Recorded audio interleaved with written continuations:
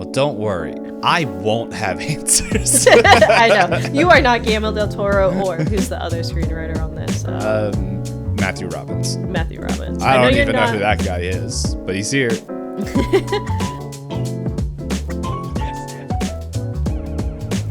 everyone, welcome to another episode of Pointless Discourse with myself, Hoppocalypse, and Itisdpayne. Beware of the cheesecake in the back of the fridge. We're at it again, continuing our series of directors' movies. Surprisingly, not horror movie month, which this one could have fallen into. At the time that we're watching this, let me see. When's the release date for this actual episode? In like 2 weeks. Okay.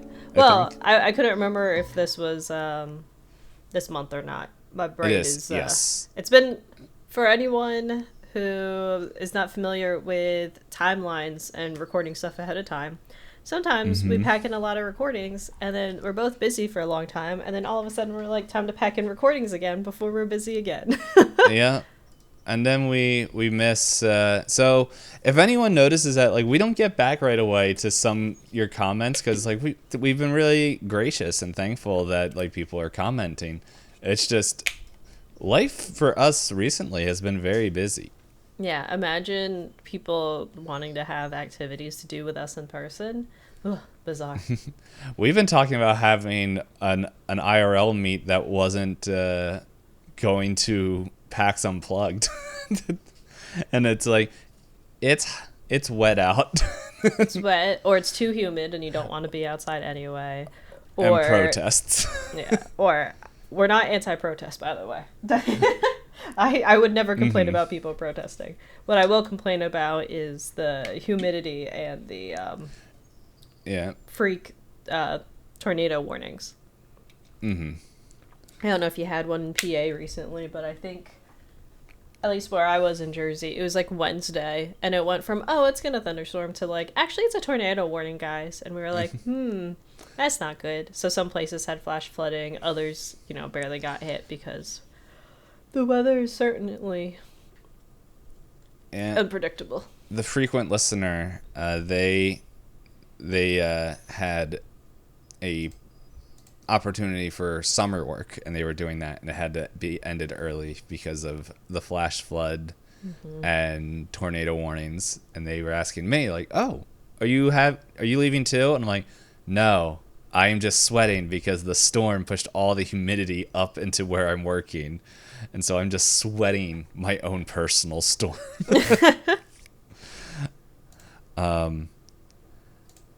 However, I gotta find it, because every once in a while I just troll around on different social media sites. Well, not all of them. I stopped doing X because let's just say there's not only is the person who's running that is, oh, there's a boat, a little's being nice, but nuts. Let's just say some of the rules that they put down on, that they either took away or things they're allowing, I'm like, I don't want to see this every time I open it up. And so recently, it's nothing against the site or the app or the whatever the social media thing, Blue Sky. It's just, I think there's a lot of politically angry people, and that's, since I haven't really worked the algorithm, that's all it shows me, and I'm like, I don't want politics on my or I don't want a bunch of angry politics on my feed. I don't mind talking politics and having discourse, but at the same time I'm like, I don't want you yelling at me.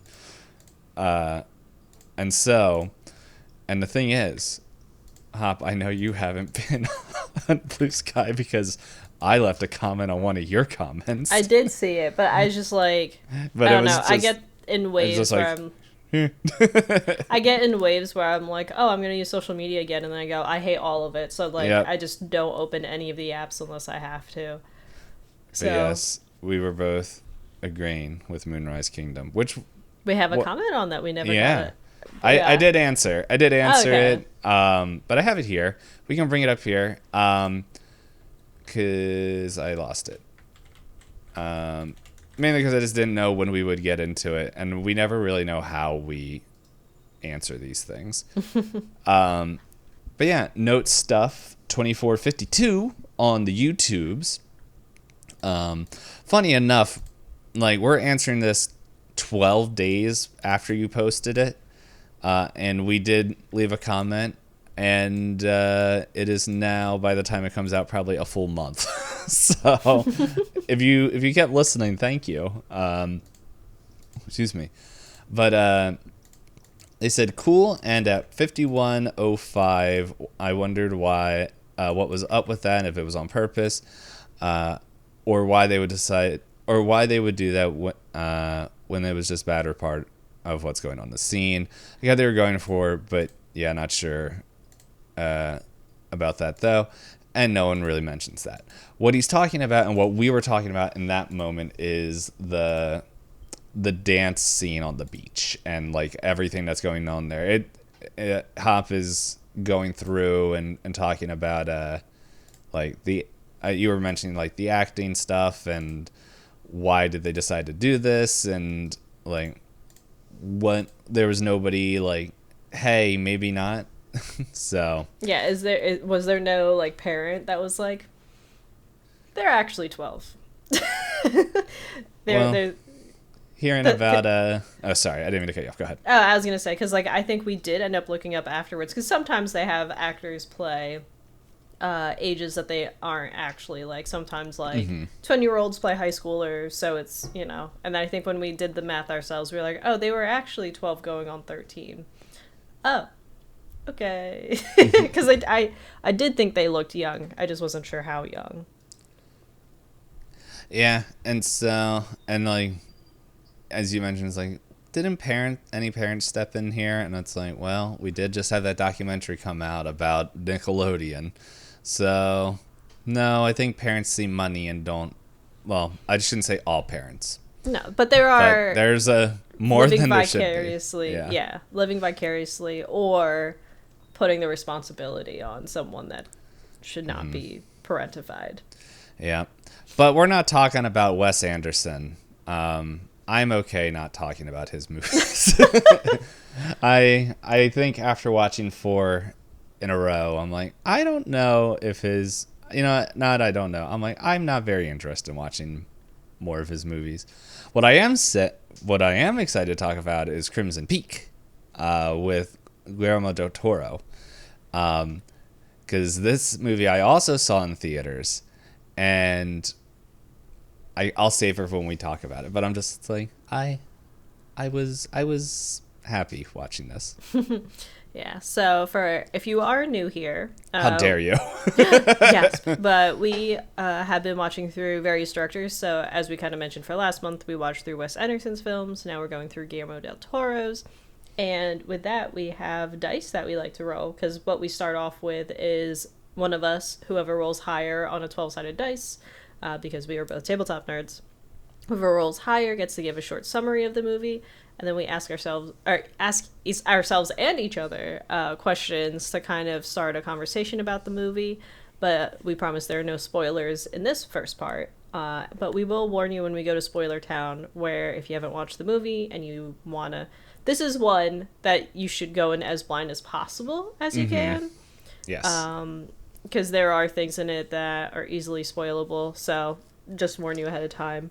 But if you have already watched it and want to listen to us chat about it, like the commenter was nice enough to do when we were discussing Moonrise Kingdom, and we've also had on Spotify a commenter talk to us about like the Akira Kurosawa and other stuff we could check out related to his films, then yeah, feel free to join us in Spoiler Town. Which, fun enough, like some of the suggestions might come up because Hop and I have already started talking a little bit here and there, throwing ideas for next year. And I know there's one idea, and I did think of a prompt for that, but I'm just like, and then I was busy and didn't write it down. But I do remember it. I do remember that one. But this is also an important one because I made a prediction. Yes, a long time ago, right? Yeah. Do you remember? I think we could probably go in the history to figure out when we edited. I don't know how to do that. I am learning a lot about how to use Google Sheets, but I don't know how to do that. So, but here we go. I tried to click buttons. Are you saying you have foretold your own future? Oh, let's see. Depends on your roll. I rolled a 12. I rolled a 4. Oh, it wasn't looking great. No. Let's see. Maybe it was. Well, I rolled half of your number that time. Hold on, I know what I can do. I rolled an 86. Wait a second. No, I'm having a moment where I know I always keep my... Oh, that's where I put it. Where I put my dice is usually in the same place on my desk, and it was magically not there this time. The bunnies took it. The buns. The thieves. But yes, so I rolled a 12, so I'll give a short, 1 to 2 sentence summary of the movie. Again, if you don't want to be spoiled, which we suggest you don't, you're safe at least until... we usually chat for a half hour or so. Yeah. I don't know. It might be a little bit quicker because we got we went really fast into question time. Normally we ramble on for a little bit longer. No, we rambled a lot before we started recording, so yes. we were like... We're all rambled out. All right, Go ahead. Okay, I just didn't want to cut you off by... Go ahead, cut me off. Just spoilers. But yeah, so basically we have a very classic gothic tale set up in it first starts out in the Americas, where you're following this young woman who is an aspiring author, and her father owns I think, what is it specifically, is it mining? That's what he comes to try and sell that idea on. I can't remember her Sir father's... Thomas Sharp. Yeah, but I can't remember her father's official business. I know he worked in the mines, right? And then came to own things. So. I'll see if I can find it. But in any case, the young woman's father is a prominent businessman. People come to him all the time with ideas. He's the head man of deciding how budgets are spent and what projects they take on next. So enters in, like you said, Thomas Sharp, a fancy schmancy British gentleman coming to America to show his latest invention. And then the young woman, Edith, right? Yes. Edith and Mr. Thomas Sharp, British man, start to fall for each other. And then that's where the story kind of picks up. I will say... I wasn't able to type fast enough to look up what her dad did. That's fine. Do you think my description's enough to not spoil anything? And we follow them as their relationship develops. And I will say, if you haven't seen this and you're curious about seeing it, lots of... What's the easiest way to put it? Lots of descriptions of death. Mm-hmm. So if you're uncomfortable with descriptive methods of people dying, then there's also some not just descriptions only. There's on-screen gore. Yeah, and it's I don't know. There's sometimes on-screen gore where it's just it's done in the shadows, or it's so comically done where you're I can't take this seriously. There's some of the stuff it's ooh, that looked like it hurt. Yeah, in the same way that we talked about with Pan's Labyrinth, where you're oh, the practical effects, I could kind of oop. No thank you. Yeah, it is an interesting time that this is made, because if I remember correctly, this is after Hellboy, definitely Hellboy 1. Let's see if I go to his page. Go to Guillermo's page here. Scroll down. Where was he writing? He also had... Guillermo Del Toro just had, I think they had... I don't know if it was Comic-Con or something, coming out, but he was like pretty much says, I can't remember to quote him directly, but he's like, "Oh, you're using AI to write your work. You're crap. Don't write anymore." So okay, like if you need that to help you, you're not a writer. yeah, kind of, pretty much. It's like, and he's like, yeah, I can't remember what it is. I saw it on TikTok. I'm like, eh. Yeah. So we watched Pan's Labyrinth. Oh, that's interesting. I didn't realize Hellboy came out before Pan's Labyrinth. The first one did. Yeah, which makes sense because Hellboy 1 is very serious, dark tone kind of stuff.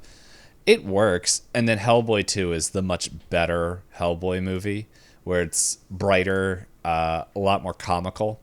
Pretty much Hellboy 2 and Pacific Rim, I guess similar in how it's done, where it's like they're more kind of actiony, comic book movies, but I think Hellboy, after watching Pacific Rim a second time, probably tells the better story.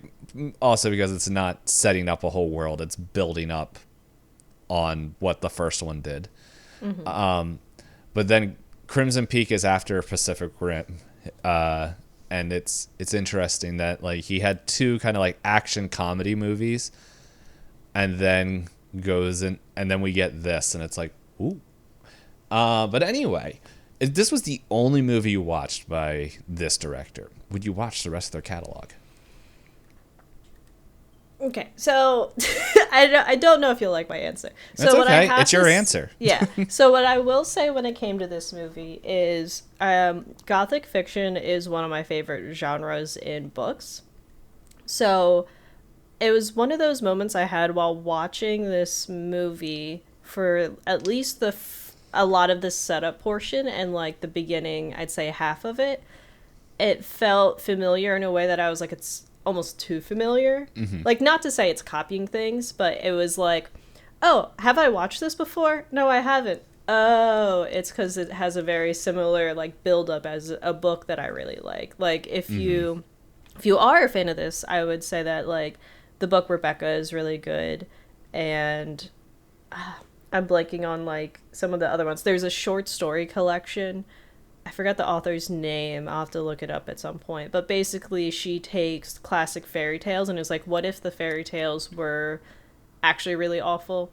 So some of the like discussions about marriage and female duty and female empowerment are more highlighted in those short story collections. Stuff like that. Mm-hmm. So like some of the beginning scenes and also like some of the things that were happening in it, it was like, I don't know if it's because we watch so many movies or because we watch so many movies and read so many books now that I was watching it and I was like, oh, please tell me it's not that. It's so obvious. And then I was like, I didn't want to be right. But like, you spoiler win. Town. Spoiler town territory. But like, I think for me, if I had to give this a letter grade, I'd give it maybe a C+. Because in some ways, this feels like he wanted to kind of rediscover the magic of Pan's Labyrinth, but in a more mature setting because the characters are older and some of the topics of discussion are more mature. I especially felt it in the way that the end scene happens, that it was trying to be Pan's Labyrinth again. Mm-hmm. Again, spoiler town. But I felt like, because to me this felt like fans of other media, like it's if it wasn't Guillermo Del Toro, I would say that writers and directors really loved Pan's Labyrinth and wanted to make Pan's Labyrinth. I was like, but it's Guillermo Del Toro, so he should know how, like, all that stuff. So like for me, it was overall fine. I thought I like again, you kind of talked about how different things about directors that are unique. I did like the female characters in this a lot more than Pacific Rim. But Pacific Rim, the female character is really just one.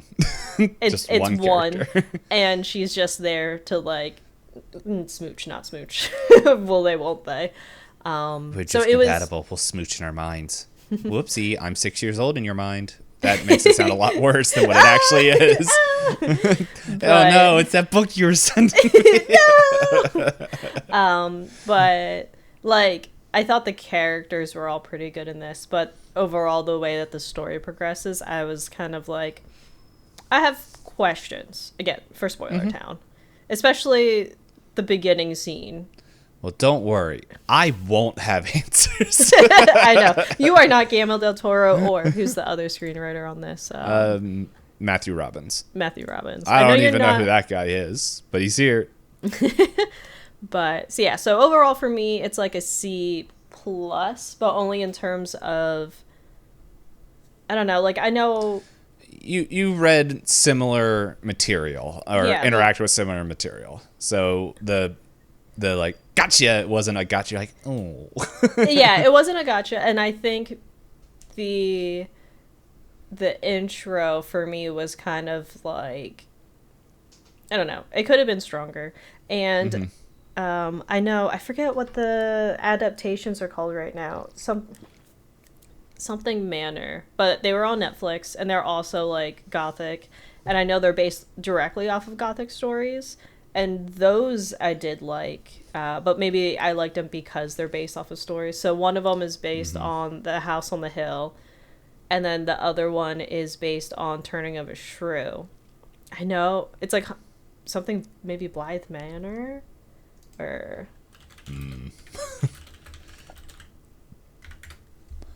I feel like I'm always super far behind in anything that comes out. The Haunting of Bly Manor. When I started to watch that, I didn't finish it because I decided I wanted to read the story before finishing it. Yeah, like that I thought was really good. And then there's a second one, but maybe like I like those more because they were more like source material adapted versus like original material. But alas, I am a hater. How about you, D-Payne? I know you said you've watched this in theaters and this is your rewatch. This is my rewatch. And so it is like a horror romance film. And I remember when I saw the trailers for this, I'm wondering if I should save this for Spoiler Town. I'm going to save this for Spoiler Town. Okay. So in the rewatch, though, if this was the only one I watched, I did enjoy it. I think if I was going to give like the script and everything, I think I'd probably give it a B. But I also don't read as much gothic horror as you do. So, you skipped questions. You're ahead of the curve. Whatever. Plot twist, baby. But I would. I think this watch, especially this time, I think I would definitely watch more. So it was fun. Yeah, maybe. Okay, so I do have to asterisk my answer. I guess I would give it a B- because this is the theoretical universe that I have not seen Pan's Labyrinth before. So if I'm only watching this movie, and if I hadn't watched Pan's Labyrinth, I think I would like Crimson Peak more. But again, we can talk about it in Spoiler Town. Yeah. So how much did you root for the characters? I rooted for one character only. I think they wanted me to root for more than one, but I really only rooted for the main female character. Ethel? Edith? Oh, their old lady name. I got the E. I feel like they wanted me to care about the doctor, but I couldn't be convinced to care about him. I'm sorry. Whatever his name is. McMichael. McMichael. They should have made him super Irish, but then that brings in history. Anyway. Yeah, that's a lot of historical discussion for the time period. Yeah. But no, it was just like I was watching it and I had the volume on and I had captions on the DVD that I borrowed from the library, and I was sitting there and I was like, I kept getting distracted because I was like, you're not in your suit. You're not in your Pacific Rim suit. Like, oh, that's the same guy. I didn't it's even. the same guy. No, okay. Yeah, I didn't. I'm so bad at telling like who's who. Like, there's only like a handful of people that I'm like, oh, I can tell who they are. It's like, because there's sometimes like where it's like I feel like some people they're like, "What? You don't know this certain actor and you like watch so many movies and all this stuff?" I'm like, "No, Unless I they're a don't." really good actor, you're not gonna like remember them. Yeah. Yeah, or it's just it hits like the part of my brain where I'm just like, "Oh, I remember that person." Because it's like in the back of my head. I didn't have anyone tell me this, but it's just like in the back of my head there's parts where I'm just like, I don't know. Is this coming off wrong that I'm like, I am getting confused when we're watching Kurosawa movies. I'm like, I can't tell who's who unless it's the man from, the old man from Ikiru. It's like, Yeah. he's the only one I can recognize. But on the flip side, the makeup and acting in those movies are like phenomenal that I take like an hour and I go, why is he vaguely familiar? And I have the thing where I like can pick up on faces quickly. But no, yeah, I was getting distracted by the doctor being the Pacific Rim guy. Again, but probably a fault with the fact we're watching them more or less back to back. Yeah. And then I was just kind of staring at the screen going, one of those, like, where do I recognize you from? Oh, right, Pacific Rim. And then I see the caption, Dr. McMichael. I was like, McMichael? Oh, man. I would love to see a Guillermo, like, universe where it's just, like, Charlie Human's playing, like, all of his characters. Like, there's the other guy that's, like, the smart doctor. He's, like, the detective in this. Like, not the guy who's waddling around with Charlie Day's character in Pacific Rim. He's the one that goes and does the investigation. Oh, well, he's not a detective. I don't know what he is. I just couldn't think of another word. He's like the noir guy where you go, I think someone's cheating on my wife. Yeah. Who's my wife cheating on me with? And then gives you the pictures of, like, private investigator. Yeah. I was like, other doctor. I was like... Oh, did I say... Oh. I think I said detective. Oh, okay. It doesn't matter. We all know who we're talking about. But yeah, there's... Detective is a very pleasant term to give that kind of role. I couldn't think of anything else off the moment. What's really fun, since we're talking about being confused between actors, the person who plays Edith, Mia oh my goodness, Wasikowska. I'm butchering that. I get her mixed up in my... I don't know if this is... I'm looking at it, I'm like, I don't think so. But as I'm... Oh, it is the same person, isn't it? Okay. It is. I wasn't crazy. She plays the person in the Alice in Wonderland Tim Burton remakes. Because I was like, that doesn't look like her. Like, as I looked at, like, IMDb, I'm like, I don't know. Or Wikipedia. And then I was like, went down to do her films. Like, oh, it is the same person. You did it. You recognized her. Yes, I recognized one. Anyway, yeah, so you root for her. I also root for her. I also root for Dog. The dog was, yeah. I was it? Spoiler town. But I do like the dog, but I don't like the end of their journey. I don't like the beginning of their journey either. That's true. Yeah. Dog itself was a very sweet dog. He just like wanted to middle play of fetch. journey. Yes. Yeah, he wanted to play fetch and he wanted to sit on a stool. I think I also like where Dog is just barking at Edith, just like, come on, get out, whatever. And then it's just like supernatural stuff happens. Like, I'm gone. Bye. Just it's like, as a dog should. Yeah, it's like, should have won. I feel like we already know, but what grade would you give the plot? I mean, yeah, I think my enjoyment for the movie is tied closely to the plot, only because, like, I feel like, yeah, in the same vein as, like, the Wes Anderson thing, where I was like, the aesthetics didn't make up for, like, the way the plot felt to me, so I would still give it, like, a B-, where... The beginning bothers me so much, but I'm gonna wait for spoiler town. So go ahead. You already said like a B- as well. Yeah, B-.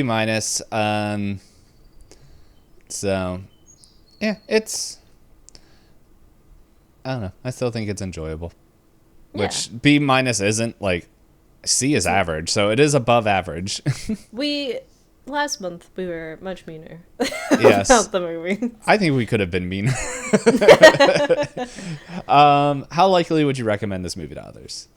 I am in a horror book club, and gothic fiction does seem to be a lot of people's favorites. And I think people in that book club did recommend this movie. So I think I know quite a few people that would really appreciate this movie. But I think this is one that I would, if I were to rewatch it, I would need to watch it with somebody else to see their reaction. Because I think that's one of the other problems I have with the way that the story is set up, that it feels like not an exploration of things in the way that I like to get from gothic fiction. So I had like my little obsession with like classic gothic fiction, because one of my favorite books is Frankenstein by Mary Shelley. And it's, again, one of those genres that's really great at examining the human condition and like how much control do you have over the situations that you have. And a lot of the times supernatural stuff tends to like be allegories for things, right? Kind of like classic horror as well in general. But this, in some ways, this feels kind of like a shock factor movie. So that's why I say like going in blind is great if you don't mind like descriptions and on-screen like violence. But yeah, I think that's my one hang up, where I'm like, this seems really entertaining to watch in a theater, because I'm sure you got like, it's almost like being at a live concert where you're like, we're all experiencing this at the same time, and this is wild. Yeah, I think I remember. I'm sure at least one person gasped. Yeah, in the movie well, theater. I'm trying to remember, because there was another movie I remember going and watching, and I had the person like in the theater that was like, "Don't you do that!" I can't remember if it was this movie or the other one, and I don't remember what the other one is, but yeah, it was. I don't remember. When does this movie come out? 2015. Yeah, that was 10 years ago. So I don't remember. Did you gasp in the movie theater? Did your eyes at least go wide? No. No, you were like, I was gonna say something terrible. I was gonna say, oh, I just knew a guy. Yeah. Yeah, this is a twist. Why, this has happened to that? Nah. You almost got me. No, I'll save, because like I'm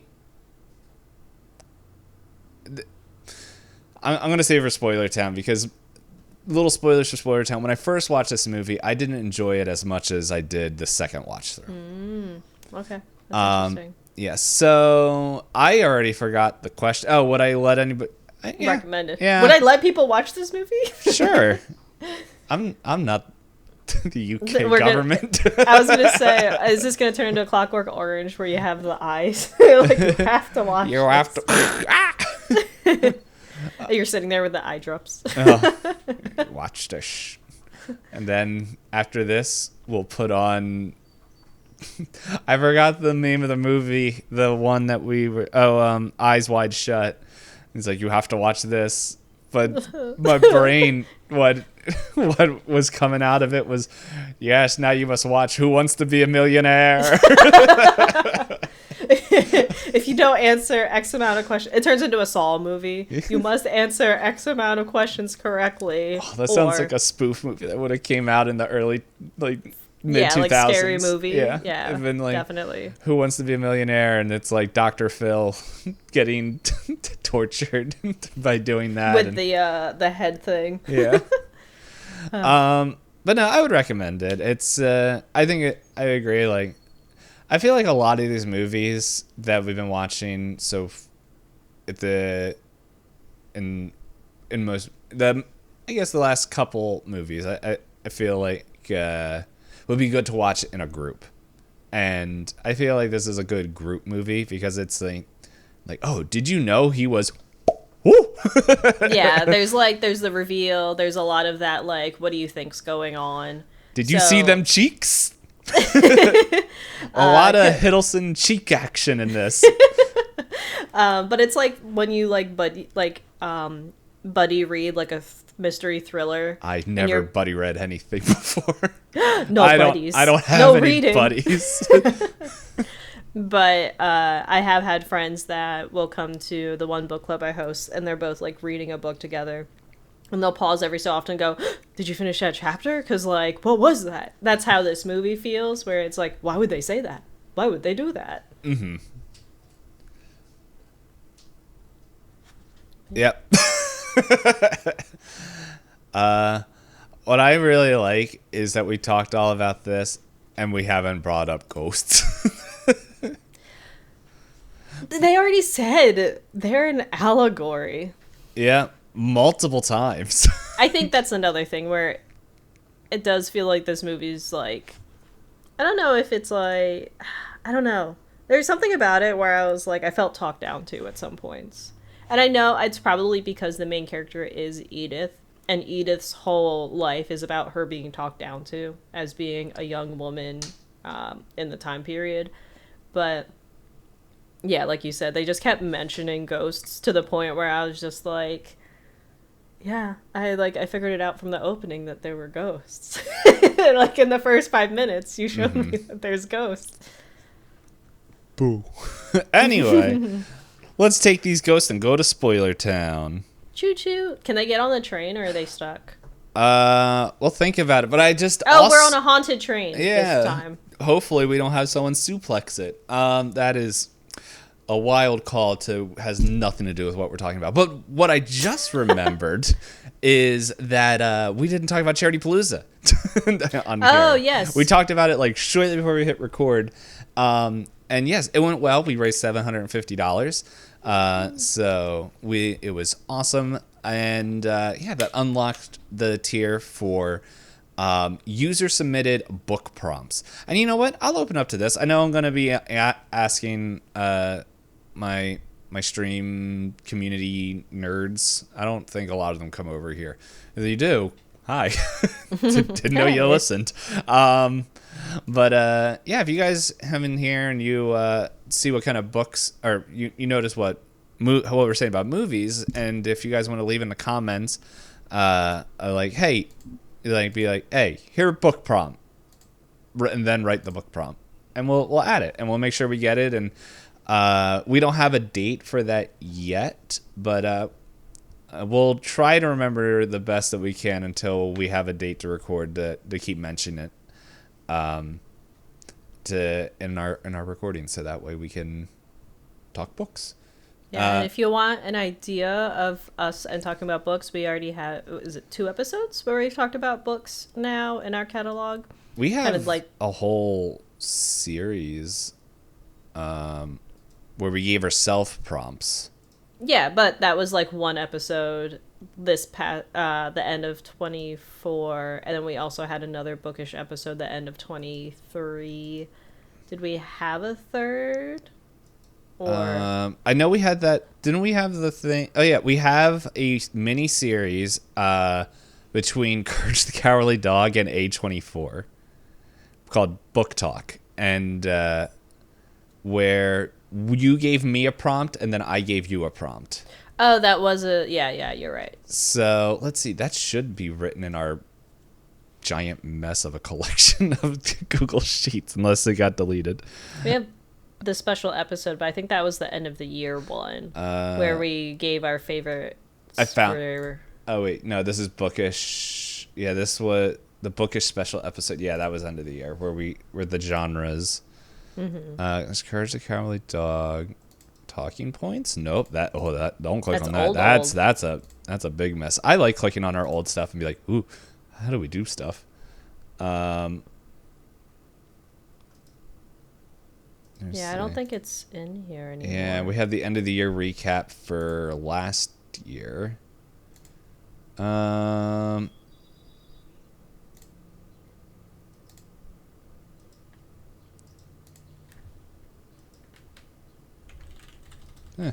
Must have gotten deleted. Or it's like tucked down somewhere where we don't even see it.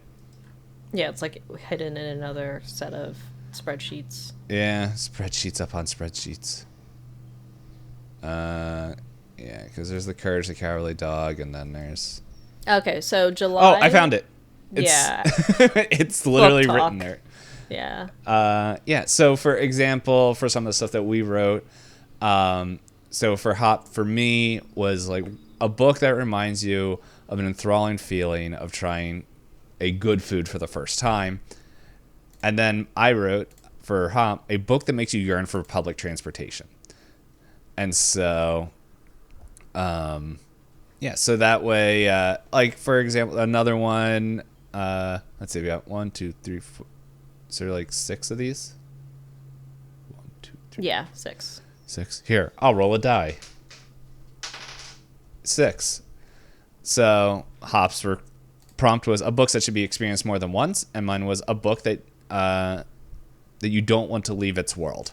So stuff like that, or you can come up with something weird where it's just like a book that makes you want to grow radishes or something. I don't know. Like it's up to you, and depending on how many we get, we'll try to do as many as possible. But we're also long-winded. So Who could have guessed when we haven't even made it to Spoiler Town yet. I know. And before we go to Spoiler Town, another announcement. In case you need to leave, next episode will be our final Guillermo Del Toro movie, which is The Shape of Water. Mm-hmm. And funnily enough, I also, depending on how that movie goes, I might have another book recommendation about that, like slightly related. Because a book I really liked, I read recently, described itself as like Shape of Water mixed with, and I was like, oh, well, I'm prepared. But in any case, and then after that, next episode, we'll also announce who our director will be for September. Yes. If you were listening to previous episodes, we kind of spoiled it. But anyway, I don't remember which ones because the past couple months have been a blur of episodes. Yes. Just like how I can't tell what actor's who.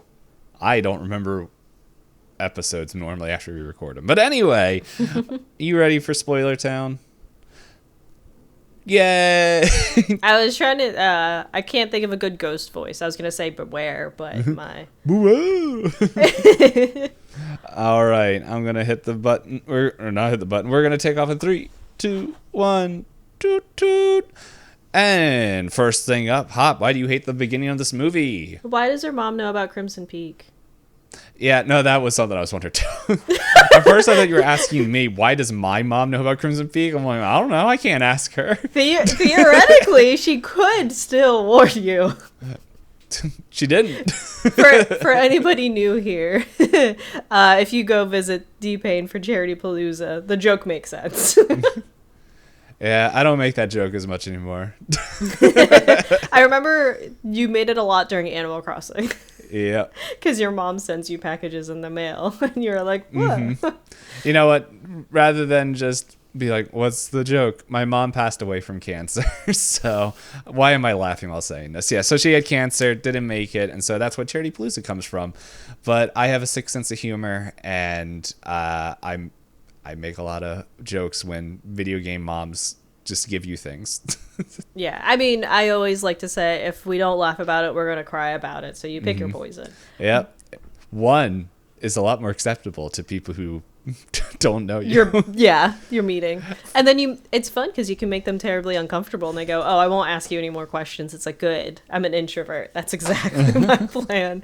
But no, in any case, I was like, ask me more. Let's feed on this discomfort. Anyway. You are the ghost. You are. Ooh. Or actually, no, that makes you Lucille. Ooh. Ooh. But yeah, that, like, I couldn't stop thinking about that plot hole, especially because, like, I forgot about it, and he's like, yeah, we're gonna move to Crimson Peak. She's like, what did you say? And I was like, oh, right, her mom knew she was gonna marry a British guy went from the grave. Mm-hmm. She had time magic. Time works differently there. Yeah.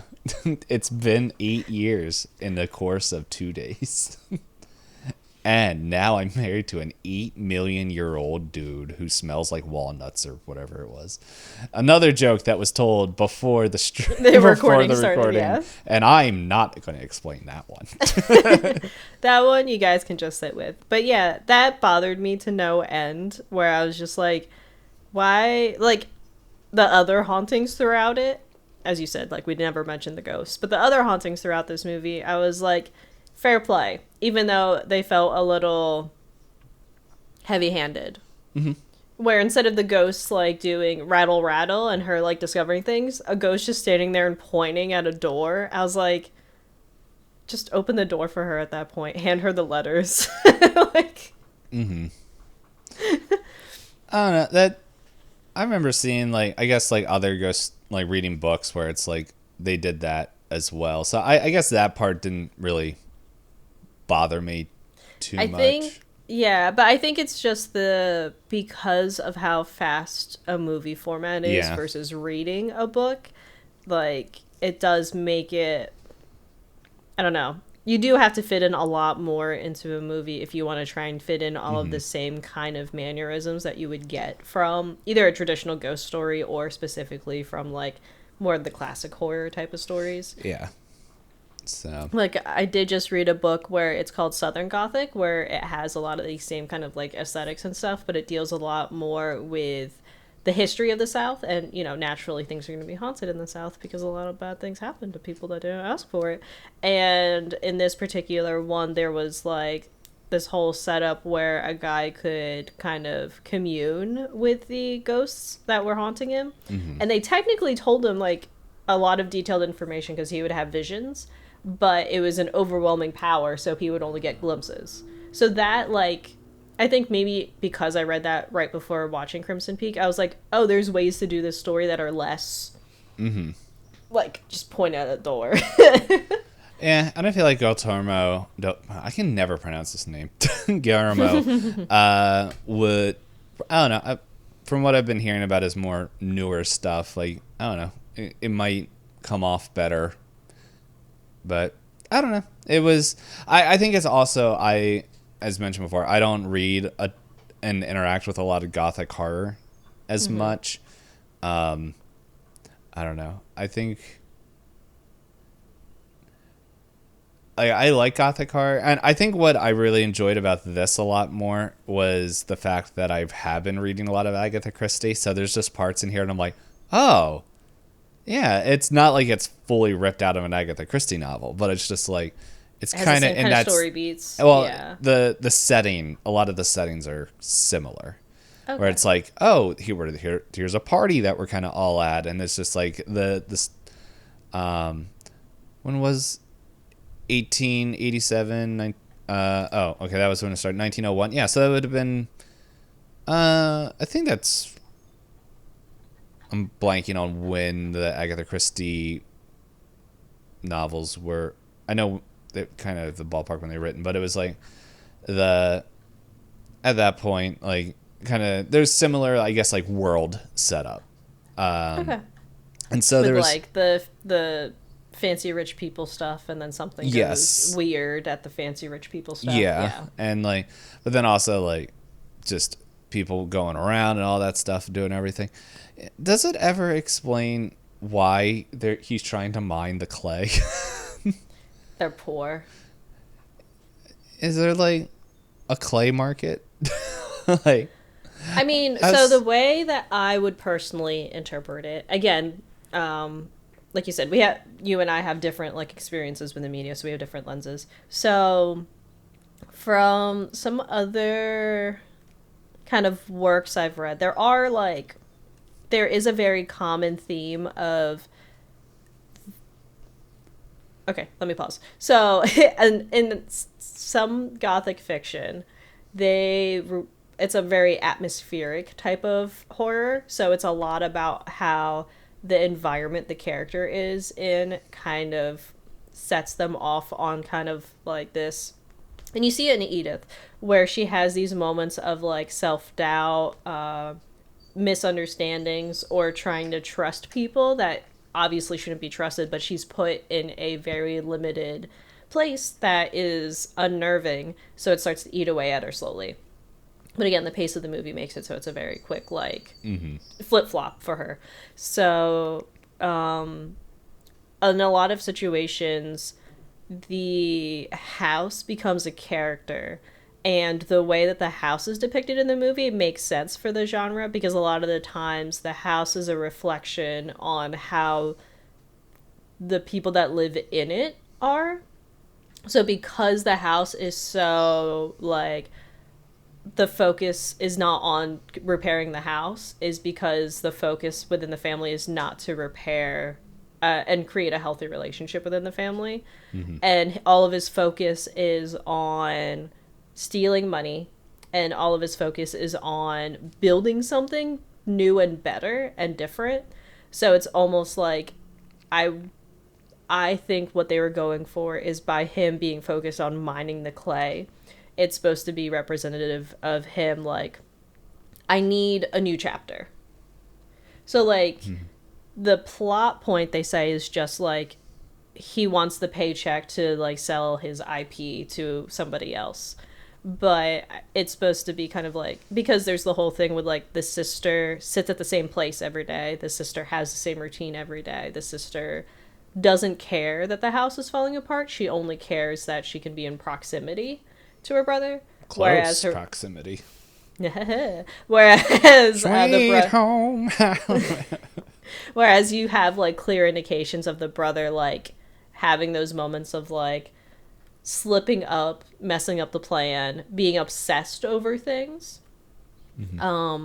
So I think that's, like, the metaphorical reason for mining the clay, but I also think it was an excuse for Guillermo del Toro to make everything look like it's bleeding. Yeah. Like,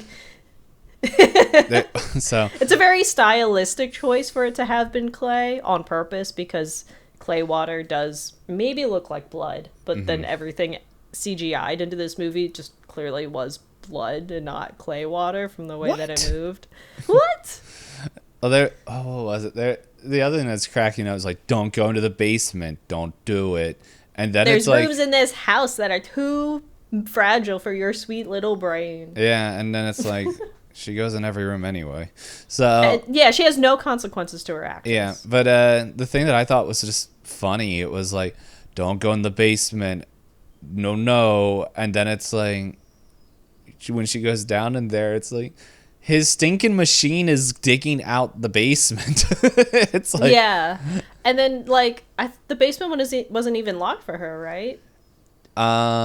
Because she ends up only having to steal the key for the trunk. Yes, they kind of mention, like, don't go down there. Like, I don't think that it's. They say just don't go down there because it's not safe. I think that's pretty much where they keep it. Because the house is sinking. Yeah. Even though, like you said, he's sinking the house by, like, using the machine. Yeah. So, yeah, that was, it was interesting, like, seeing all that. Oh, I now remember the one that, sorry, when you said the hills and everything turning red, like the clay turning the red, when it has, okay, please go away, motorcycle or whatever, water bike. I can see the audio. There was the scene, it's in one of her dreams, and I think it's one of the previous women, or no, it's her mom, when she sees her later on the hill, and all I could think is, she's like, Mom, running up to her, and it's the dream as she's in ghost form. All I could think of was, return the slab. Yeah, because there's a lot of pointing ghosts in this. No, that's funny. No, yeah, and I what I was gonna also mention is, I think another, this is me again being, like, very particular, because, you go in and you go, oh, I have expectations because of the way that this is, like, the way the poster looks, the way that, like, the blurbs are, the way the intro is. I was hoping the house would be a bigger character than it was. Yeah. Because they do this really big setup of, like, the house falling apart, the house clearly being, like I said, like, a metaphor for everything, but instead, like, the house doesn't get to participate in the way. So, I don't know, like, in the flip side, Pan's Labyrinth, for a long time, you don't really hear about the labyrinth. And then the labyrinth ends up being a really important aspect to the story when, like, the big climax of the story. Whereas in this, the house was kind of, like, creepy, right? And I was like, I guess, like, you kind of, like, showed some stuff, and there's just lots of moths. Yeah. And it's always snowing. That is also true. It was just one of those things where watching it and for the second time just seeing like how warm her father's house and everything was, and then all of a sudden it's just like, oh, he dead. Oh, how'd that happen? It's like, that's my father. Why Don't is he cold? examine him. It's like, I'm just trying. No. Don't solve his murder. No, he clearly... Raleigh, go back into gypsy danger. Clearly my dad was shaving and slipped and fell into the sink 10 times. Why are we checking his face? Yeah. But yeah, so while that was happening, and it was just like, it's if they redid this scene, I think it would have been I think it would have been more interesting, or not interesting, but I'm wondering if it would have a greater like effect if we didn't see the dad and talking with the Sharp siblings. And so it's just like, oh, hey Edith, can you talk with them? And I need to go talk with Lucille and whatever the other one's name was. Thomas, yeah. So I need to go talk with them real quick, and we'll go on. And then it's just like, have all that, and then have the dinner scene of like him just saying like, oh, we're leaving and all this stuff. And it's like, oh, what a twist. Yeah. And then it's just like, yeah. And it's like, you blah, blah, blah, your writing's poopy. And ghosts are stupid. Yeah. And yeah. And so like have all that. But at the same time, I think if they did have all that, we would be having a conversation of why did Edith like yeah, okay, we saw the letter and like explain it and all that, like where she reads it briefly. So I don't know. I guess it could have still worked, but it's like, yeah. I think the other thing that I have me as like a human being had a problem with, they set up Edith to be not like other girls, right? Air quotes. Where she's getting bullied by McMichael's mom for like wanting to be a writer, because they do the joke about like, look, it's Jade Austen. She's like, well, I'd rather be Mary Shelley because she died a widow. I was like, okay, that's weird. Yep. I guess you're foretelling the story by saying you died a widow. Whoa, no, it's not. It's a metaphor. But then she has a guy say, I like your story, and she's like, but daddy, I love him. Yeah. When she's built up as being an independent like woman for the time period. And like I understand why she runs off with him, because at that point she has no prospects. But again, like I think if it was rearranged just a little bit where she didn't fall for him until after she was like alone, yeah, then it kind of like builds into the, well, she has no prospects in America. Like, yeah, she has this fat inheritance, but like, you know. I don't know. Yeah, so like it did feel a little fast of how quickly she's like, I must make out with you because you like my story. Because they, as far as we're shown in the story, it's like a week or so that they know each other, maybe. Yeah. Well, I can't remember if there's like a mention of like them being there for a little while. I think they're, for some reason, I think they're there for like at least a month or something like that.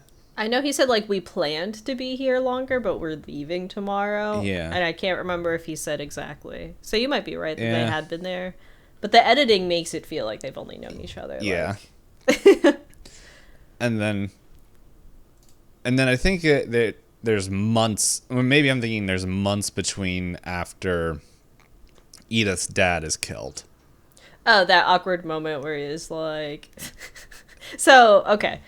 Because I'm a fan of the media, when they had the stagecoach go, yeah, I know, this is your wife. You've had one forever. Yep. I was like, that's classic. That's been that's a story that's been done before. But I will say the official twist, while I could see it coming, not because of like it's indicative of the genre, but because one of the hugs that Thomas and Lucille had, I was like, they're kissing. They're kissing. You don't hug someone like that. They're doing more than kissing. Well, at the time, I was like, they're kissing. And I also had like that very brief moment where I thought, is it that they're not actually related and that is his wife? But then I was like, wait, the stagecoach, he would be able to see like their hair color. They look visibly very different. So she wouldn't confuse Lucille and Edith. And then I think it was when they talked about the portrait of the mom where she's like, yeah, isn't she terrible? I was like, oh, they are related. Oh, they are kissing. They're kissing. Kissing a lot. They're doing a lot of things. There were several times in the movie I was like, this is when she walks in on them. And she kept not walking in on them. But like, how are you not suspicious that you can go and investigate a whole house and the creepy sister is not like checking in on what you're doing when the first time you're in that house, you're like, hey, can I have copies of like the keys to the house so I can get familiar with it? And she's like, no. And I was like, so, but you're not like surprised that you can listen to full recordings of women going and confessing the truth of the house and not have anybody like check on you? The thing is, yeah, well, there's that. And then it's like, did she just not know Lucille just not know they were there? Yeah. Like she's like, I hid it in the linen closet. I was like, that isn't locked hidden. With nothing there. The ghost nothing is in like, front of it. Shaking the door and growling. Yeah. Yeah, the dog was like, bark, bark. And she's like, oh, buddy, how did you sneak into the closet? And the dog's like, what are you talking about? that scene made me laugh. The dog's just like, what? It's like, no. Look behind you, dummy. And then it's like, uh-oh. And then dog's like, yeah, I'm gone. Yeah, that one lady, like all of the ladies had like these really long-winded confessions, and I was like, how did Lucille not burn these? Because Lucille was burning all the other documents. But no, that's me again being nitpicky. Where I was, I think that's a good nitpick because it's just like, it's not even hidden well. It's at eye level. She opens the door, goes, oh, weird, recordings. Yeah, and then leaves it open. And then it's like, okay. And then ghosts. It's like, here, drink your tea, honey. But yeah, so I mentioned earlier that I enjoyed this watch better than my first watch. And the reason is because before I watched it, the first time I watched it, before I did that, I saw the trailers for it. And I remember seeing the trailers and all the advertisements for Crimson Peak. And this made it feel much more of a ghost horror film. And so when I went in there, I'm like, it was an okay movie, but I felt a little like the rug was pulled out underneath me because this is a romance movie. And I was like, it's a romance with horror sprinkled in. And so I was getting ready to watch it this time, and I'm like, there's a lot more ghosts. Because like now I'm like, okay, well now I'm going to just like, whatever, a romance, let's sit in here. And I'm like, there's a lot more horror sprinkled into this romance. Your expectations were flip-flopping both each time times. You watched I'm like, huh. And so, because I think I definitely remember like hallway ghost. I don't remember ghost holding baby at the end of the movie, which I feel that was a weird plot line to insert in there. Yeah, I felt like that should have been. It feels like they should have just. I understand. Okay, we have multiple ghosts because they've done this at least 3 times, but it just feels like. I don't know. It should have been like at least one. Like that's just that we follow, and then it's just like the baby as well. Like that. It was like, okay. It's like, oh, that was my baby. It was ugly. Yeah. Yep. Well, it wasn't just ugly. Yeah, I know. It's just funny to say that. Yeah, but no, I mean, like, yeah, there's just like the monologue, like the villain monologue at the end. I was kind of like, oh, not to like feel like smarter than the average person, but it was kind of one of those things that I was like, I mean, I know they have to like confirm all of the different theories that are happening, but this is like a really long-winded like monologue from the villain where she doesn't have the money yet, right? Like, Yeah. wouldn't you wait till she signed the paper and then go, "Why, yes, I have been incestuous with my brother, It was awesome. And then you just shoot and her. you will never get between us."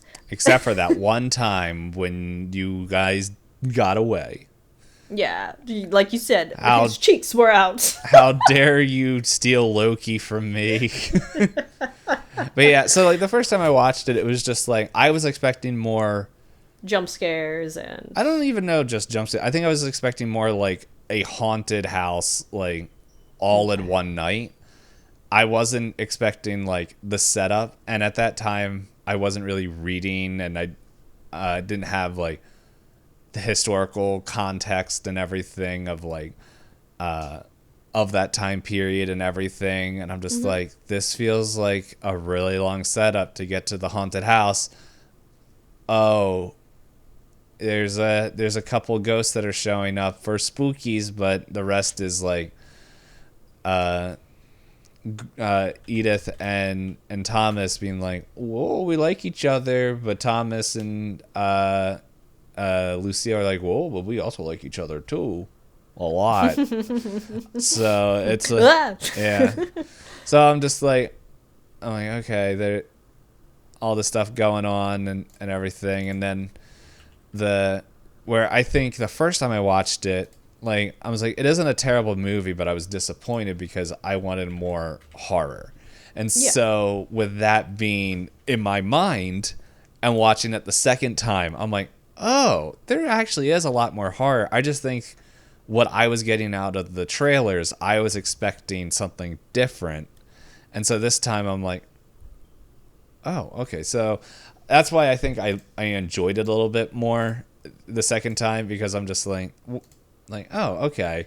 The ghosts are here. Like, I didn't have like a huge problem with some of the things, and like, I don't know. It would have been interesting to be like, if certain ghost events happened differently, and then I don't know. I still think it almost feels like it could be two different stories. Like, I understand like why they had to poison her, and like that was the whole thing.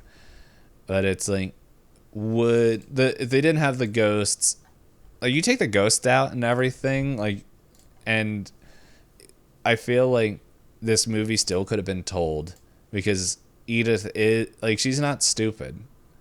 And so like, she is not like the ghosts. Like, there's a book that we both just finished where a ghost had to literally force the main character to do things because they were big cowards, which different type of character and everything. But yeah, it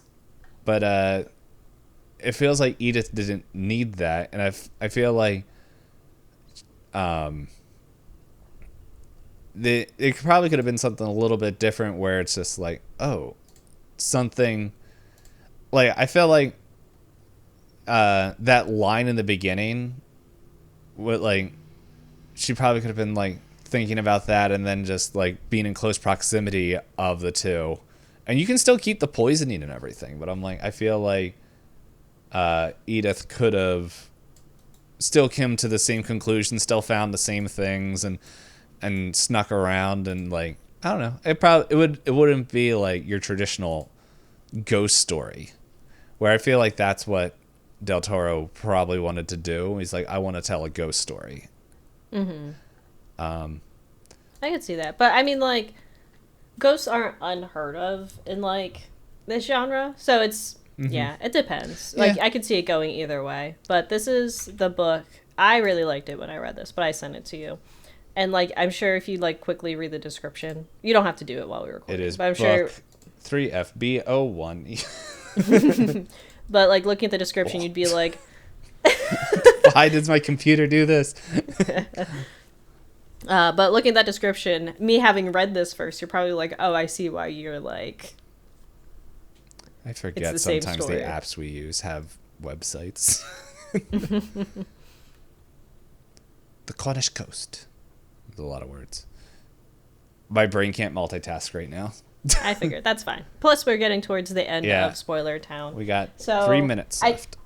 I know I said a lot of things that I had gripes about, but I think it's because it's a genre I really like and care about, and I think has a lot of, I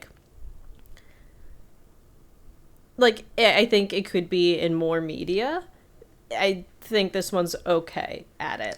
Yeah. I think it has a lot of great potential, but it had a lot of things that I was just like, wait a second. Like, we both asked, why did her mom ghost? Yeah. No. Did her mom ghost go into Ghost World and go, if you have a daughter of this age, make sure she doesn't go to this town across the Atlantic Ocean? Or did she die at the same time that Lucille and Thomas, Lucille killed their mom, and their mom's like, yo, tell your daughters, watch out for my freaky kids. Oh, yeah, because it was 12 years, so it wouldn't even have been any of his wives that could have told. Yeah. Once a night. I can't do math. Hold on. Let's bring this here. Come on, tabs. There we go. Because they said that they were... the sister was 14, and that the son was 12 when the mother was killed. All right. Well, in 1887, when Edith's mom dies, she would be 14 years old. Oh, yeah. Maybe they both crossed the threshold at the same time. I don't know. It's... Or maybe it wasn't her mom and it was really their mom. Yeah. And she went to every young woman and it was like... It was a busy... She's like Santa. All at the same time. That's how you build generational trauma. No, I mean, if you've listened to this, I assume you probably did watch it so that you couldn't be spoiled, but I think it's fine. Mm-hmm. Yeah, it's just a fun movie. It's not breaking any grounds. It visually looks nice. I think the set pieces are really neat to look at. Mm-hmm. When they go into the house, I'm like, oh, that's creepy, really creepy. And then it's like, wow, this is really cool. And then it's like, oh wow. And then they're like, yeah, the roof's broken, but my sister won't let me make. And then it's just like, it's not even a tiny hole. It's like a good chunk of the roof. Mm-hmm. Oh, I remember what I wanted to say. For Spoiler Town, when I said it felt like it was trying to be Pan's Labyrinth, it was the end that kind of like annoyed me, where she has the monologue trying to give a moral story about everything she went through. Mm-hmm. And I kind of started to tune it out, and I was like, this feels like when the girl is saying the monologue about becoming the princess. And then my brain went, this feels like it's all trying to be Pan's Labyrinth in different ways. And my brain went, I just want to rewatch Pan's Labyrinth. I will say another thing that's cracked me up a little bit, which I know this isn't supposed to be funny, but it's just like the whole visual is like, if we're going to talk about things that don't make sense to me, like, yes, mom showing up after grave, don't go to a place I never heard of. I read it in ghost brochures, real creepy place, don't go. Ghost warnings. Yeah. But what confused me was at the end of the movie when she's like, I know you're poisoning me, and Lucille's like, meh, and then pushes her off the building, like off the ledge. And the doctor's there. Because this is when they find out, like, ooh, we doing things brother and sister shouldn't be doing. That's like what the whole Hills Have Eyes are about, and radiation. But anyway, a little bit about hillbillies and radiation. Anyway, they have that going on, and I thought because then like we get to the point where like Edith is waking up, and they're like, oh. Thomas, or not Tom, whatever the Raleigh, whatever his name is. His Alan, name is Alan. Alan McMichael. Alan McMichael. Do you want to know about ghost pictures? Another thing that didn't make sense.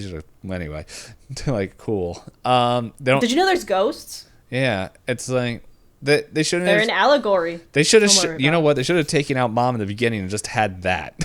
Just like, did you know there's ghosts? And it's like, should I? But anyway, all that being said was, he says like, yeah, I had to come set your leg. To me, when I hear set your leg, means that her leg is broken. She's sprinting through these halls. Yeah, no, like, and it's not even like, yeah, she's running, but it's like, she should just be Solid Snake, because that's what happens to him. He like breaks legs and he's like, I'm gonna smoke a cigar and eat some plants, and boom, my leg's better. I do really like Snake Eater though, so but all that being said, it was just like, what is and that was one of the things that took me out this time, because I'm just like, wait, your leg's broken and you had to hobble around, and then yeah, he was gonna carry her through 4 hours in the snowstorm. Yeah. And then, like, they have their whole to-do. You're a doctor, tell me where to do it. I was like, are they going to kiss? With blades. With blades. And then she's like, okay, I'll basically carry you around. I was like, did we not forget the fact that she was sedated to set her leg because it was either bent wrong or just completely broken? You got to send her to the glue factory, man. That means that's they don't heal. Oh, wrong animal. But anyway, all that being said, was what cracked me up a bunch was like, okay, we have the Lucille Edith fight. They're going back and forth. It's just like she's like going around in the things, and then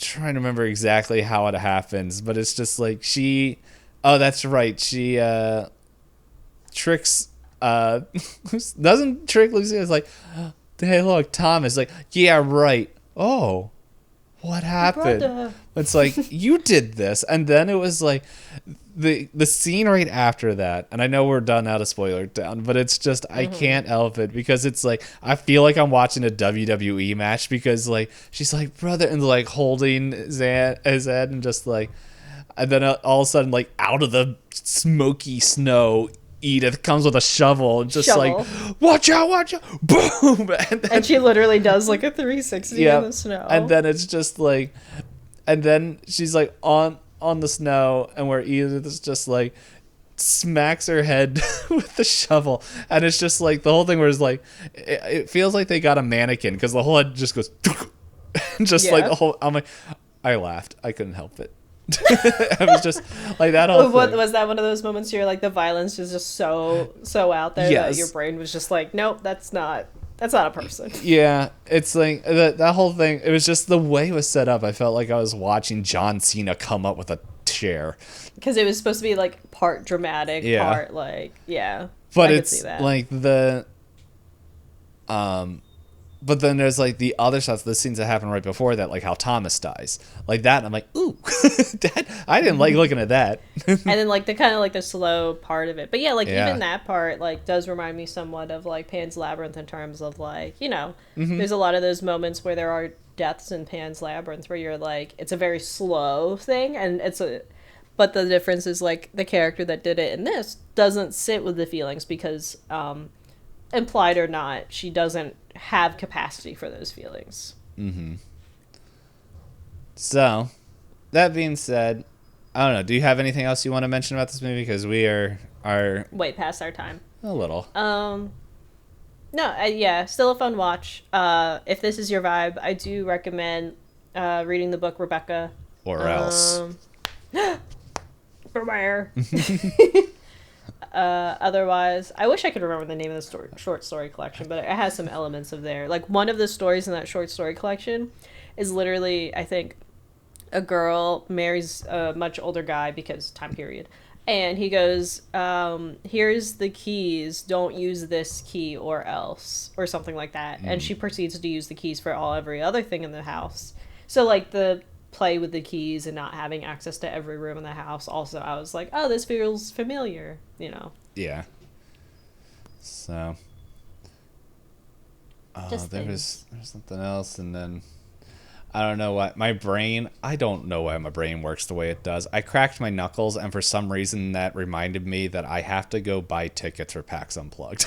So, but Hey, if any of you like to go to PAX Unplugged, maybe you'll see us there. Because Yeah. I also need to figure out which day I want to go. yeah. But anyway, That sounds like a good segue to say, see you guys. yeah. next So time. once again, if you need to remembering, we are watching Shape of Water, where we're I was going to make a joke. I was going to say, if you need to remember things, they're in the wax recordings in the living closet.